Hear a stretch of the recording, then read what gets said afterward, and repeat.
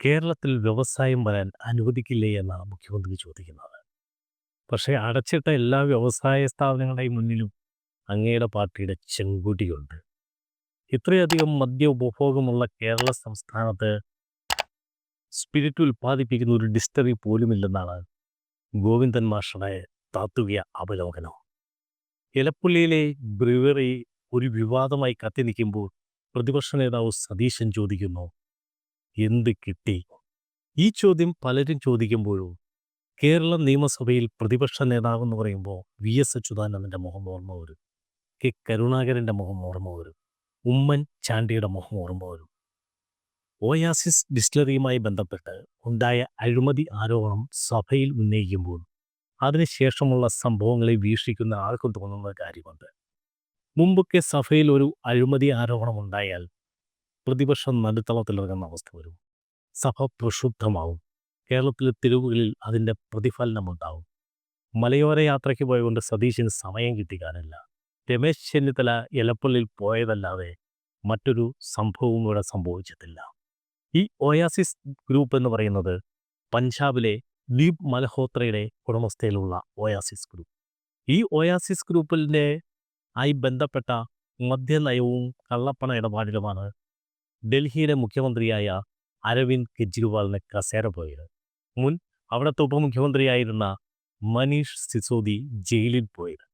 അപ്പോൾ കള്ളത്തരങ്ങളുടെയും കൊടുക്കാനും വാങ്ങാനും ഒക്കെ നന്നായിട്ട് അറിയാവുന്ന ഒരു നല്ല കള്ളുകച്ചവടക്കാരനാണ് ദീപ് മൽഹോത്രയുടെ ഈ കമ്പനി. ഈ ഡൽഹി മദ്യനയ കേസിൽ ദീപ് മൽഹോത്രയുടെ മകനും ഓയാസിസ് ബ്രൂവറിയുടെ ഡയറക്ടറുമായ ഗൗതം മൽഹോത്രയെ CBI അറസ്റ്റ് ചെയ്യുകയും കസ്റ്റഡിയിലെടുക്കുകയും ചെയ്യുന്നൊരവസ്ഥ വന്നിട്ടുണ്ട്. പഞ്ചാബിലെ ഫിറോസ്പൂർ, അവിടെയാണ് ഈ ഓയാസിസ് ഡിസ്റ്റിലറിയുടെ സബ്സിഡി കമ്പനിയുടെ ഒരു ബ്രൂവറി സ്റ്റാർട്ട് ചെയ്തത്. ആ മാൻ ഇൻ്റർനാഷണൽ എന്ന് പറയുന്ന ആ ബ്രൂവറി 2022 സ്റ്റാർട്ട് ചെയ്ത് 2023 വലിയ വിവാദങ്ങളെയും ജനകീയ പ്രക്ഷോഭങ്ങളെയും തുടർന്ന് അടച്ചുപൂട്ടുമ്പോൾ ഡിസ്റ്റിലറി പ്രവർത്തിച്ചിരുന്ന സ്ഥലത്തിന് ചുറ്റുവട്ടത്തുള്ള 4 കിലോമീറ്റർ സ്ഥലത്തെ ശുദ്ധജലം പോലും അശുദ്ധമാകുന്ന ഒരവസരത്തിലേക്ക് പോകുന്നതുണ്ടായിട്ടുണ്ട്. അപ്പോൾ ക്രെഡിറ്റ് റെക്കോർഡിലും ട്രാക്ക് റെക്കോർഡിലുമൊക്കെ അഴിമതിയും പരിസര മലിനീകരണവുമുള്ള ഓയാസിസ് ഡിസ്റ്റിലറിയെ കേരളത്തിലേക്ക് പച്ച പരവതാനി വിളിച്ചു കൊണ്ടുവരുമ്പോൾ E.K. നായനാരുടെ കാലം തൊട്ട് അച്യുതാനന്ദൻ്റെ കാലത്ത് തൊടാത്ത കാര്യം ഒന്നാം പിണറായി വിജയൻ്റെ കാലത്ത് സർക്കാരിൻ്റെ കാലത്ത് തൊടാൻ തയ്യാറാകാത്ത ഡിസ്റ്റിലറി. അപ്പോൾ മുഖ്യമന്ത്രി ചോദിക്കുന്ന ഇവിടെ 10 ഡിസ്റ്റിലറിയിൽ ഏറ്റവും അനുവദിച്ചത് UDFിൻ്റെ കാലത്താണ്. അദ്ദേഹം ചില കണക്കുകൾ നിരത്തുന്നുണ്ട്. കേരളത്തിലെ വ്യവസായങ്ങൾ വരേണ്ടതും 600 കോടി രൂപയുടെ നിക്ഷേപം വരുന്നു, 100 കണക്കിന് ആളുകൾക്ക് പണി കിട്ടുന്നു. ഇതിനെയൊക്കെ പ്രതിപക്ഷം തടസ്സപ്പെടുത്തുകയാണെന്ന് ചോദിക്കുമ്പോൾ പ്രതിപക്ഷ നേതാവ് പോലും ഈ വിഷയത്തെ വേണ്ടത്ര രീതിയിൽ കൈകാര്യം ചെയ്യാതിരിക്കുമ്പോൾ ജനങ്ങൾക്ക് സ്വാഭാവികമായിട്ടും ഒരു സംശയമുണ്ട്. ഓയാസിസ് ഡിസ്റ്റിലറി ഒരു സ്രാവാണ്, ആരെയും വിഴുങ്ങാൻ പറ്റിയ സ്രാവാണ്.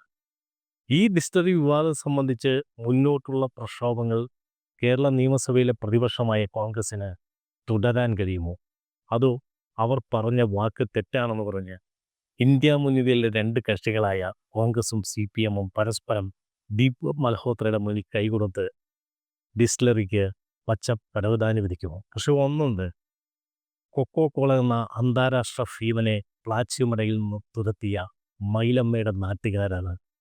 ഇവിടെ ഈ സർക്കാരിൻ്റെയോ പ്രതിപക്ഷത്തിൻ്റെയോ ഇങ്ങനെയുള്ള പൊറാട്ട് നാടകങ്ങൾ വില പോകുമെന്ന് വിശ്വസിക്കാൻ കഴിയില്ല. അവിടെ അഴിമതി ഉണ്ടെങ്കിൽ, ജലചൂഷണമുണ്ടെങ്കിൽ ജനങ്ങൾ പ്രതികരിക്കും. ആ ജനങ്ങൾക്കൊപ്പം ജനങ്ങളുടെ പ്രതിപക്ഷമായി ഭാരതീയ ജനതാ പാർട്ടി ഉണ്ടാവണം, ദേശീയ ജനാധിപത്യ സഖ്യം ഉണ്ടാവണം, മറ്റ് പരിസ്ഥിതി സംഘടനകൾ ഉണ്ടാവണം. കോൺഗ്രസിൽ ഇതിനകത്തൊരു വലിയ പ്രതീക്ഷയൊന്നും വെച്ചു പുലർത്താൻ നിർവാഹമില്ല.